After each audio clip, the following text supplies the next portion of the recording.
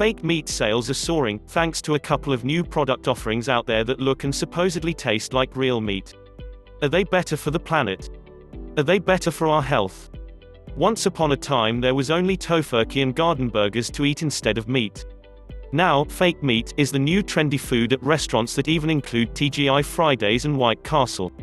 Fake meat sales have grown because of the growing interest in lessening the environmental impact of climate change, due in part, say the ardent vegans, by the concentrated animal factory operations (CAFOs) that plague the countryside of the United States and other industrialized countries. With big celebrities like Leonardo DiCaprio promoting companies that make fake meat, droves of people are now purchasing these meat alternatives in hopes of improving both their own health and the planet's health. And, besides plant-derived meat alternatives, veggie burgers are now facing competition from the real thing, lab-grown meat. Yes, real meat that does not come from an animal. Grown in a lab instead. But really, are these meats good for you, or the planet? Remember tofu? Every vegan's favorite meat substitute.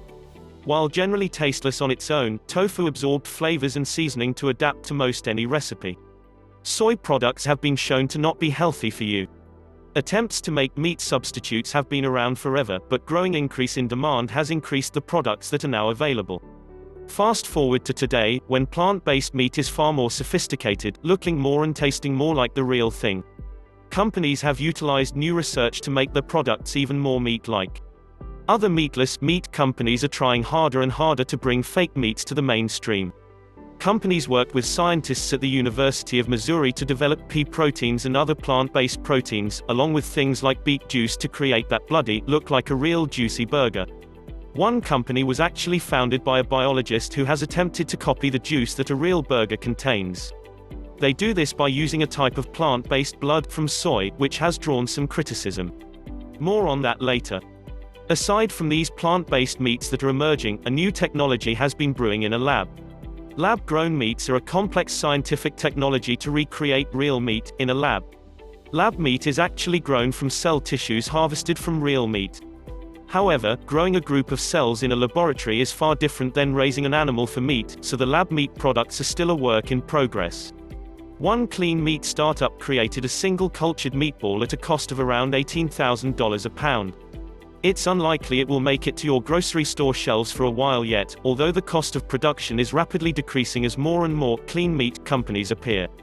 A couple companies in the race now predict they may have real, affordable lab meat by 2020. So what exactly are we eating when we eat these meat substitutes?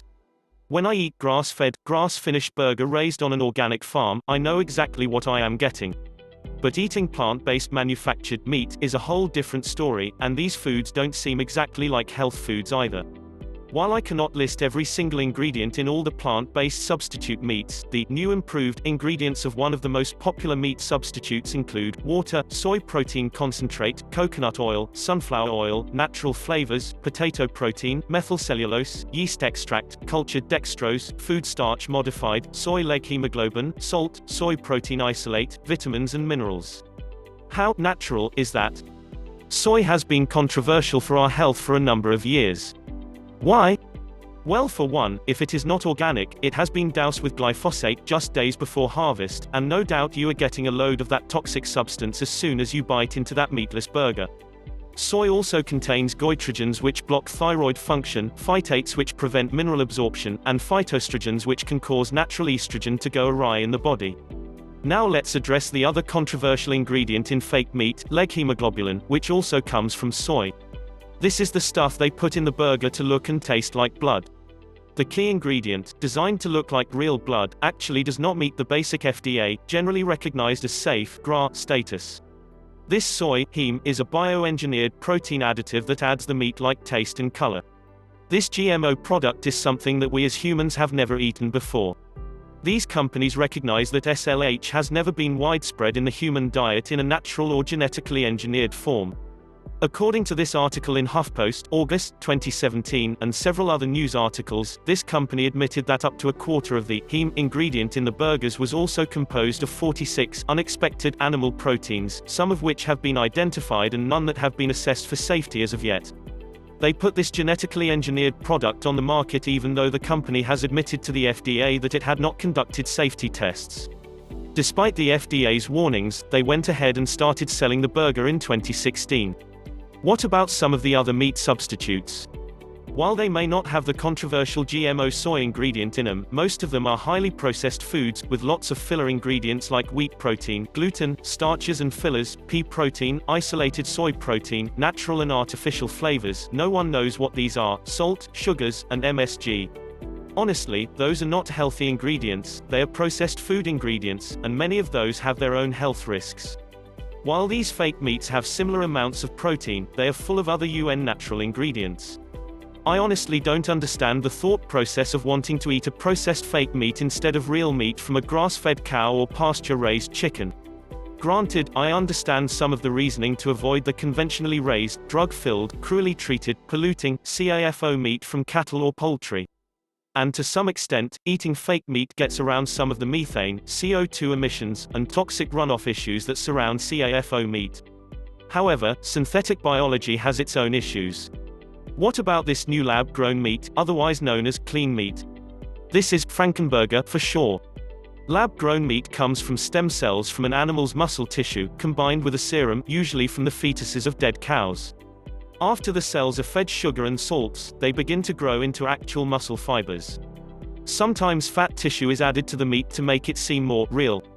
Yes, this so-called clean meat is possibly better for the environment and uses less land and water, and the lab-grown meat producers say it will help to provide a solution to the need for meat for a growing population. Little is known about lab-grown meat at this point, however, it thus far is extremely expensive to produce. And what about nutrition? Certainly, meat grown in a petri dish cannot offer the natural health benefits that grass-fed meat does. While large-scale industrial meat production takes its toll on our health, and the health of the earth, sustainable alternatives do exist. Cattle that graze on land that is unusable for crops actually improve the soil quality of the earth by fertilizing it as they graze. Compare that to all the industrial processing and packaging that goes into a fake meat. Monocropped grains, pesticides and fertilizers that destroy the natural, living soil, and fossil fuels that are used for large-scale farming and processing, along with factories to produce it, trucks and trains to transport it, and packaging of cardboard, ink and plastic. If you can get away from CAFO meats, you will find that grass-fed, pastured-raised meats and poultry offer you far more natural nutrition in a one-ingredient product. Naturally raised meats contain far more healthy omega-3 fats, cancer-fighting conjugated linoleic acid (CLA), real bioavailable heme iron, vitamin A, and health-promoting antioxidants than grain-fed, unhealthy CAFO meat and poultry. Some think the primary goal of avoiding meat is to stop the suffering of animals. Another way of thinking about it is that a diet of free-range grass-fed meat, dairy and pasture-raised chickens that eat a natural diet based on naturally growing grass from untilled, naturally fertilized soil, actually allow other animals to thrive as well. Animals like gophers, snakes, toads, mice, rabbits, birds, insects, worms, grubs, and fish still live on this land that is alive. Cattle and chickens graze on the grass, leaving behind manure that goes back into the soil and nourishes it. Compare this to monocropped fields, cleared of all natural plants, grasses, weeds, trees and animals, covered in artificial fertilizers, herbicides with genetically modified grains and watered with irrigated soil from a depleted river. Is this natural? Is this humane? There is much that goes into this equation, and livestock get much of the blame, as do meat eaters. Some people believe that eating high-tech, manufactured, processed fake meat will not save us, our health, or the planet. If you found this video useful, please hit the like button and don't forget to subscribe to the World Health Network.